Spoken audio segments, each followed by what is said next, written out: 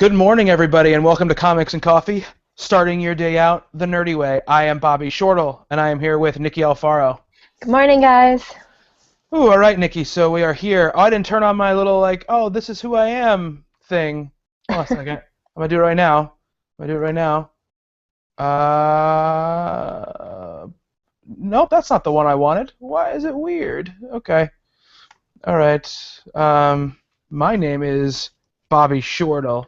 I'm doing this fun stuff, Nikki. How are you doing this morning? I'm pretty good. I mean, it was pretty dark, so it was kind of hard to wake up because it was Yes, so dark. I agree with you on that one big time. And I've been recovering from Comic-Con, which the Toronto Comic-Con was just this past weekend. I volunteered for the show, so that was interesting. I do photo ops, so I got to meet and take pictures with Karen Gillan, and I got to hug Shannon Doherty, which was like, oh my God. Like I know a lot of people are like Alyssa Milano fans from the Charm days, but I was all about Prue. Hmm. So when I told her that, she hugged me, and I couldn't really talk for a good 5 minutes. Hmm. um, It's so funny. It's the distinct age difference between the two of us. Whereas when you said the name Shannon Doherty, I think of two things, and neither of them are Charmed. They are Beverly Hills Heather. 90210 and Mallrats. Those are the two Oh, things that I think of when I okay. think of the name Shannon Doherty, which I think is really I funny.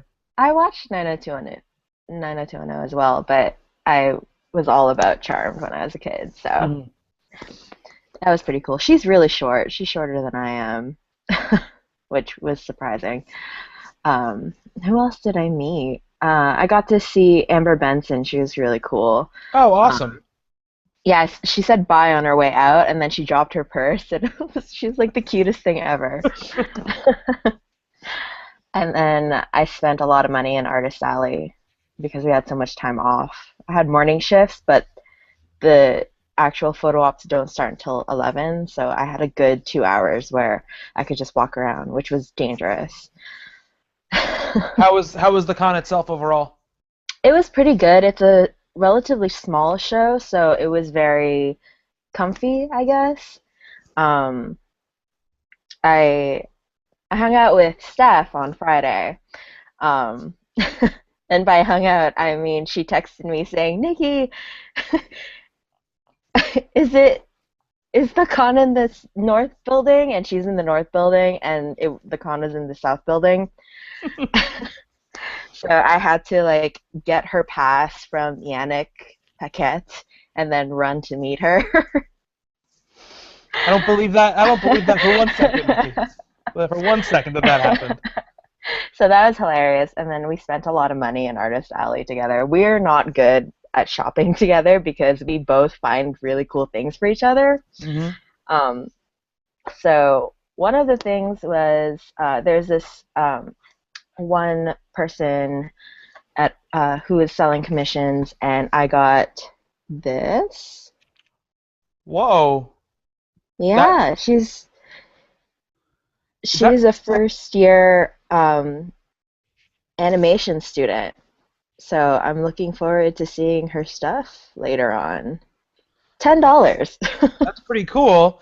Is Mhm. that like? I mean, it looks like almost like Kamala as Batgirl. That's what it looks like. And then I asked for Ms. Marvel, but I wasn't specific, which is okay because I like both Ms. Marvels. Oh, nice. And then um, I know Steph mentioned the artist Janoi, who did her Batgirl commission, and I got a silk one. That is awesome. Sorry, I'm trying not to talk because every time I talk, it switches off of your view.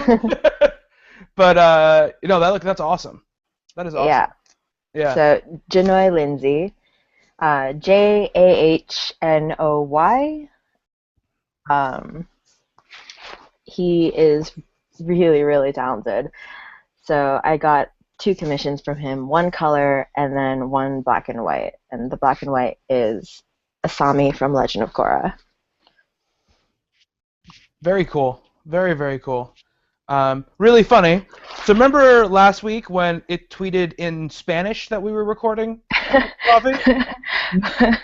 I don't want to. I'm not an expert in Eastern languages, but it looks like it tweeted in Chinese this time that we are live. I don't know if you can see that or not, but there we go. There it is. It tweeted in That's Japanese. Japanese. Okay, it tweeted in Japanese that we are now doing this. So yeah, so there's that definitely. So that's awesome.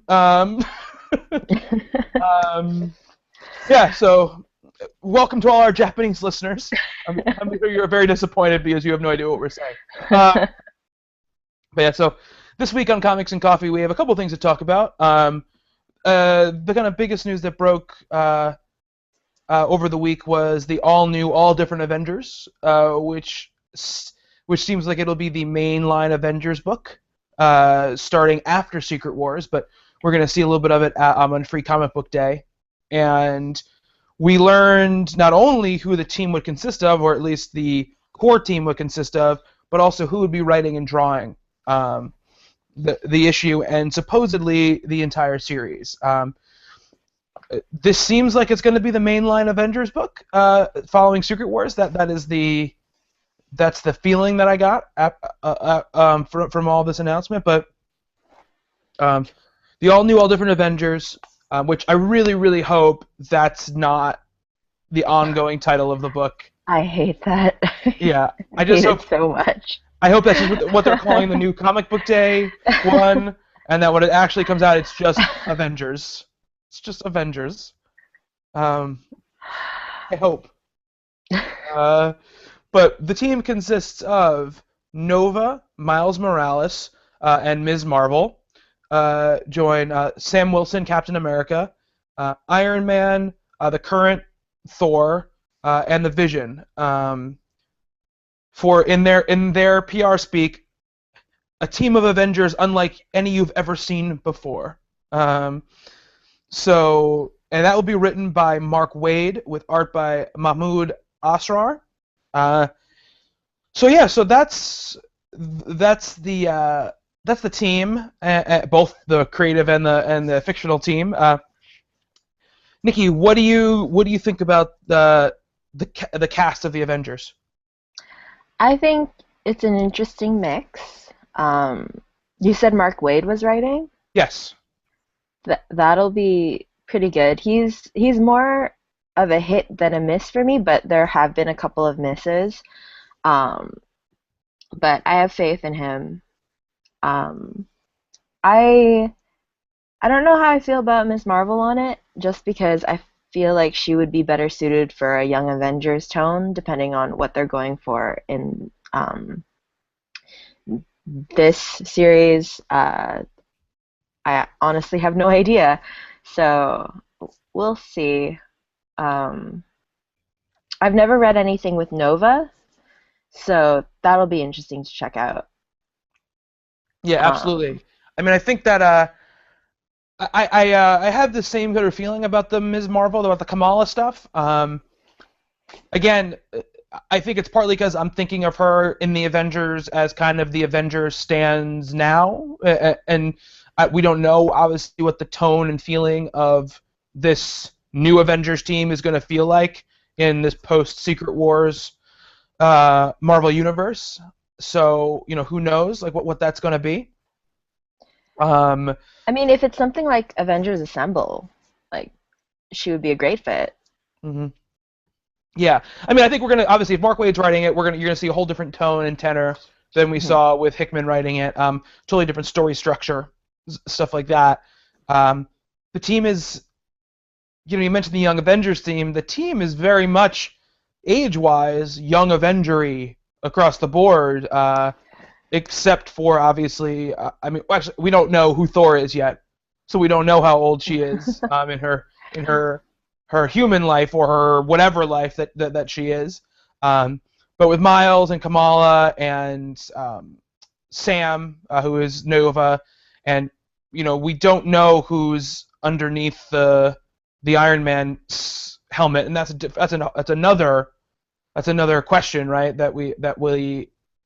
We have about this because they're called the all new, all different Avengers. I mean, Vision's already in it, so I don't know. That kind of already makes that title weird, but uh, it would be strange to call it the all new, all different Avengers if Tony Stark was still a core member of the team. I'm Um, kind of hoping it's Pepper. that's what a lot of people are hoping, right? That it would be Pepper, and I can totally see that. Absolutely. I it's odd phrasing to me, right? Because they say Miles Morales, and um, they say Miles. That's the only identity they really talk about specifically, uh, because it's the only one that I think they need to clarify. They're thinking they need to clarify because it's not Peter, right? They want to make sure this is not Peter. This is Miles, but they don't clarify. They say Captain America, Thor, and Iron Man. You can clearly see that it's Sam Wilson's Captain America. You can clearly see that it's the new Thor. Question mark Thor. Yeah, question mark Thor. Thor, who is a woman. You can see that it's that Thor and not Odin's son Thor. But you can't tell who's inside that Iron Man costume. And it doesn't... And again, who knows what they're going to do after Secret Wars. But I feel like it would be weird for them to have just changed Tony's outfit, just changed into the white armor, and then suddenly changed back right away. Again, they could. They're changing everything, so who knows? But it feels to me like you're going to see possibly Pepper. Well, Pepper would make the most sense. Be Iron Man moving forward. On Comics Alliance, they did a little breakdown of the people in it. So I'm going to quote from Comics Alliance here. So most surprisingly, the roster includes only one white male member, and even that's not confirmed. We don't actually know who's in the Iron Man armor, but Tony Stark is always a safe bet. The rest of the team is made up of one white woman, Thor, two African American men, Captain America and Spider-Man, one Pakistani American woman, Ms. Marvel, and one Hispanic American man, Nova, and an android, Vision. So, very different team, younger team. What's interesting, though, is, I mean, you have a couple of characters, and they've been doing this in the Avengers for a while, ever since the New Avengers, when Bendis did the New Avengers, though. You have some street-level characters, right, involved here. Ms. Marvel and Spider-Man are both very street-level characters. And so it makes me wonder what kind of issues they'll be tackling, like what kind of situations they'll be tackling. Nikki, what would you want to see out of an Avengers book, like, moving forward? What would make you want to read an Avengers book? Let's say that. I would say something like Avengers Assemble, where I mean, of course, I'd want to see like bigger storylines, but I'd also want to see like a mix between the bigger and the smaller, as well as a lot of team moments where they're interacting, and possibly with a lot of snark. So that's what I want to see. I mean, I'm incredibly excited about Mark Waid writing it. Daredevil has been one of my favorite things in the world, and I think that he's done. If you look back in his past, he did a great run on Justice League years ago, and he can definitely handle team books very well. I had heard some rumblings of the Waid thing a couple weeks ago, and it's nice to see it come to fruition. I love the idea of. It's funny because I love the idea of this team of people, and this very different version of the Avengers that we're going to see. Not that it's funny because not that Jonathan Hickman's team is like 6,000 people big, but it also consists of a lot of off-kilter different characters. It has the core characters, but also has a lot of other characters that he's focused on during his run. But this to announce it only as these 7 people, and to make it seem like bringing these characters with varying tones and varying backgrounds makes it feel very fresh, and I'm excited for that part. There's definitely part of me that wishes I could see Mark Waid kind of write the more classic characters as well. Like I'd love to see him write like the old almost like original Avengers team. Maybe some thrown in there, but like Steve Rogers, like Tony Stark, Black Widow, Wasp, like those kind of characters in a regular Avengers team. But again, I want to see what this new team is, and I want to see what will come of it. I would love to see a return of the Young Avengers too. I mean, I obviously wouldn't be Gillen, but I think that if there's a person that's passionate about it at Marvel, I would love to see them do that, because I always think that book is, in both its incarnations, is a standout among Avengers titles. For me, anyway. Yeah, and they also announced Charles Soule and Brendan Peterson on Uncanny Inhumans. That's the new, I think post Secret Wars Inhumans book. And the cover revealed one thing, which is that Johnny Storm is going to be part of the Uncanny Inhumans going forward. We don't know what that means. We don't know what's going on. We know Fantastic Four obviously is ending. So I don't know what that means for that book's future, or the future of that whole dynamic. They're all going their separate ways. Yeah, I'm sure Bob will be very happy about that. I would love to see like the Richards kids be on a Young Avengers team. Yeah, definitely, absolutely, absolutely. If they're all going their separate ways. Well, we know. Well, Valeria is going to be in the Runaways during Secret Wars. We know that. So hopefully, maybe that will continue after Secret Wars is over. We got some listeners that chimed in about the new Avengers. This is at the Arctic Beast. He says, the new Avengers is an interesting mix of characters I'm not familiar with, hoping for a decent intro to each. AWalt08 says, Ms. Marvel being an Avenger doesn't make sense. She's young and inexperienced as a hero, still learning. Maybe it's that Avenger doesn't have meaning anymore, no longer a formal team, just heroes together. So, yeah, I mean, classically, right, the Avengers has been a group of well-seasoned heroes that come together, that have like a core leadership with a bunch of other people kind of in the mix.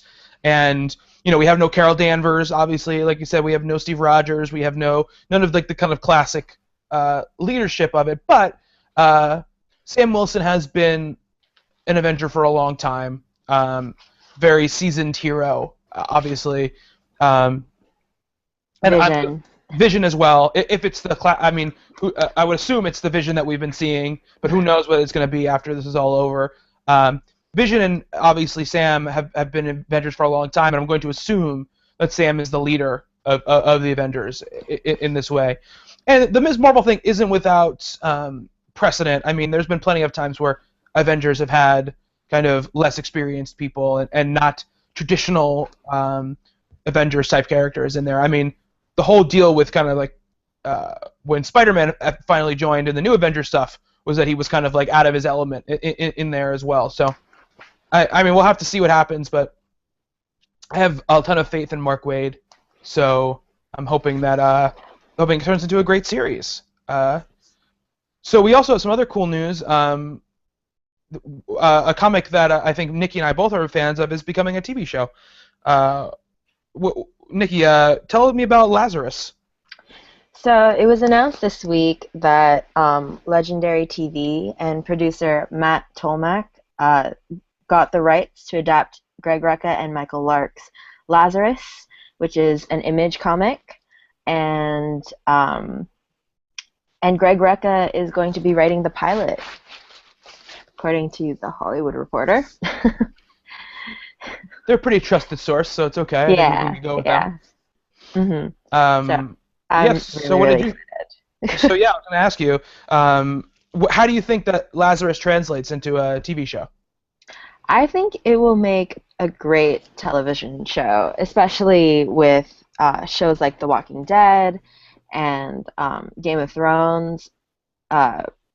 It's a very it's a world building comic book, and it's dystopian slash it's dystopian, right? In a way. Definitely, Um, yes. Yeah, yeah, definitely. it'll be quite easy to translate, at least in comparison to Westeros.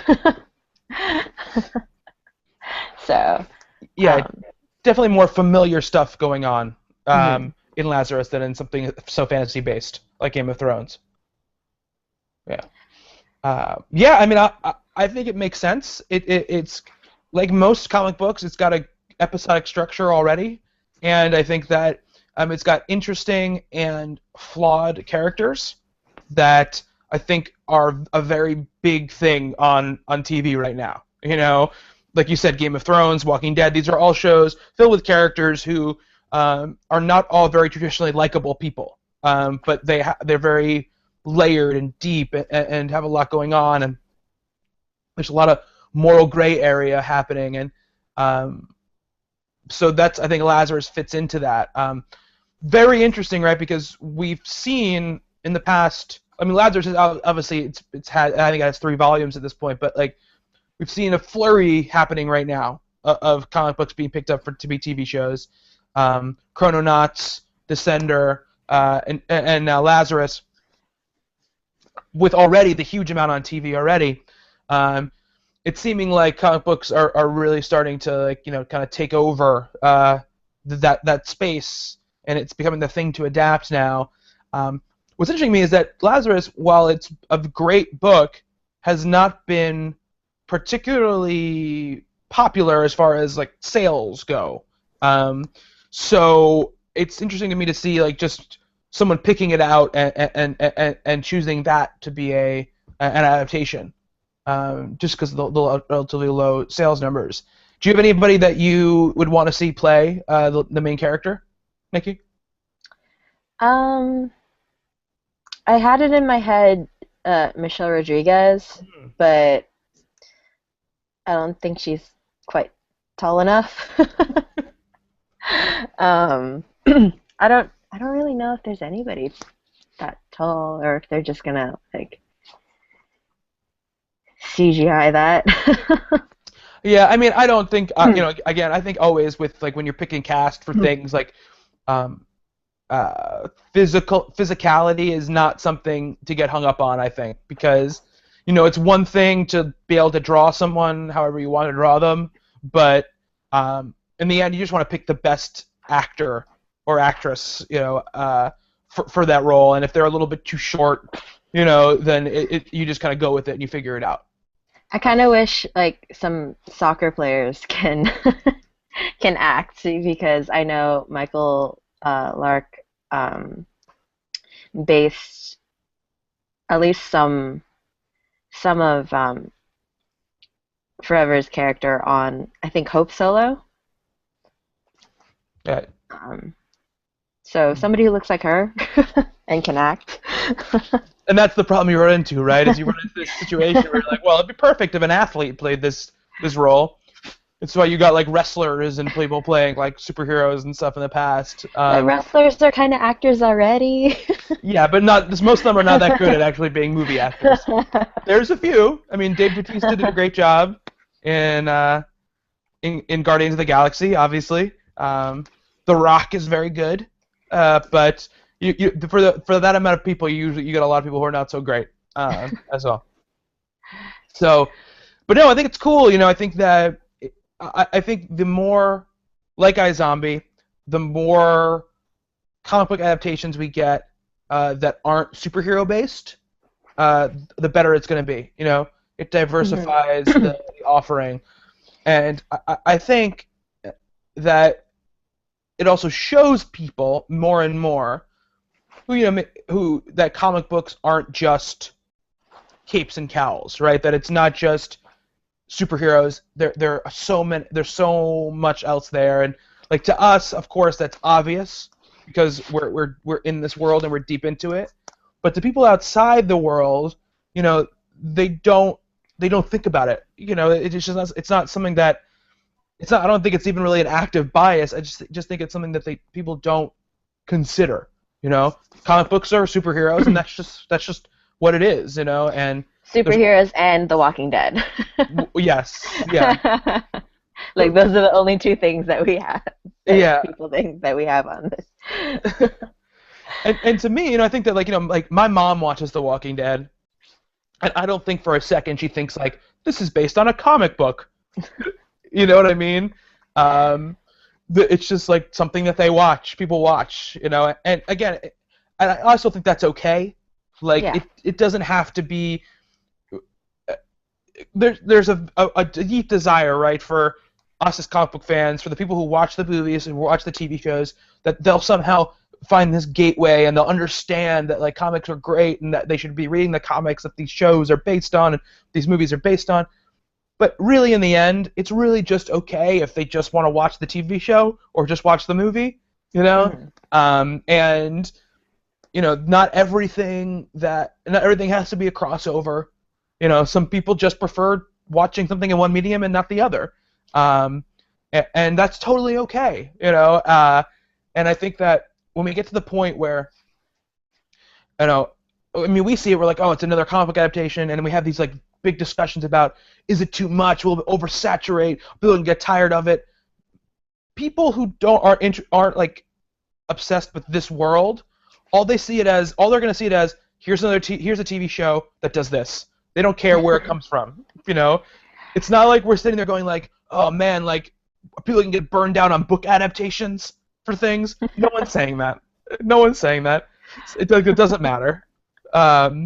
So I think that it's a good thing, and it's cool that these other books are going to be turned into stuff, into I'm movies. looking forward to seeing if it'll have that Walking Dead effect. Obviously not to that degree, but I'm excited to see it, Lazarus, as a gateway to an amazing comic book, And I'm looking forward to that to continue. Yeah, absolutely. What I think happens with a lot of those shows like Walking Dead. Like I don't know how many people who never read comics before saw The Walking Dead and started reading The Walking Dead comic. I think a lot of people have. Like The Walking Dead has been the gateway, at least from television to comic books. Hmm. Um, Tons of people who were maybe curious about it, know exactly where to start. Right, that's true. You look at. I think you look at the numbers. You look at Walking Dead. It gets like, I don't know, like 12 million people a week watch Walking Dead or something like that. And like the comic sells 100,000, not even 70,000 copies a month. Of course, there's the trade sales as well, which sell incredibly well. Yeah, the trades are. And they're always on the charts, and they Mhm. always sell so well. But to me, I think a lot of the audience that ends up going over to the comics is people either who have read something before, or maybe they're just comic book readers and they just never gave this certain comic a chance before. Because I've seen that a lot with, like, for me, like with stuff like iZombie and Powers. Like it's made me want to go and read those books. Check out those books, read what they are, see how they work, see the differences between them and the TV show, because they're universes that I think are cool, and I already know that I like reading comics, obviously. So for me, that's a lot of what it is. So I think if nothing else, like for Lazarus, I think people who are comic book fans will tune in to see, like, oh, let's see how this thing is. I've heard of this comic but never read it, and hopefully they'll watch the show. If the show's good, they'll want to read the comic as well. But yeah, it's interesting, and I I I want to see. Did they say where it's going to be, Nikki? Like what channel it's going to be on? I, I think they just said it was Legendary TV, so I don't think they have a network just yet. Okay. All right. Cool. Well, I mean, whatever. I mean, I'm sure it will be someplace like HBO or Netflix or Showtime or something, because that book is pretty brutal. But I say that, but like, The Walking Dead is like extremely brutal, and it's on, not regular TV, but just above regular TV. So an AMC type of thing totally makes sense. Um, you know, yeah, we'll see. Someone else has to have a TV empire other than Robert Kirkman. So we'll see what happens. My cousin is a talent agent, and I let him know because he lives in Vancouver, which is a really big hub for filming. Um, so I let him know, and I said he's in Toronto right now. So like I said, the next time we meet up, I'm bringing over this comic book so you can see if there's any like if you have any talents that match this criteria, because I really want him to get somebody who's San Diego Comic Con worthy. I want my free ticket. It's insider trading, Nikki. You're really are working all the avenues. Yeah. So that's it. We'll keep updated on Lazarus. We'll keep talking about the Avengers, obviously, and I think that's gonna do it for Comics and Coffee for this week. Make sure you get in touch with us at Talking Comics on Twitter. Use the hashtag TalkingJava. Podcast at TalkingComicBooks.com. You can email. My personal Twitter is at Bobby Shortle. Nikki. I am at I am Asian Batgirl. We got one last tweet coming in. This is from this John D says this is about the Avengers book. Picking up the first issue because of Miles and Kamala, but the lineup looks too much like a typical Avengers team. Interesting take. Interesting take on that. So yeah, that's going to do it for Talking Comics, for Comics and Coffee for this week. Thank you for starting out your day the nerdy way with us, and we will see you next week.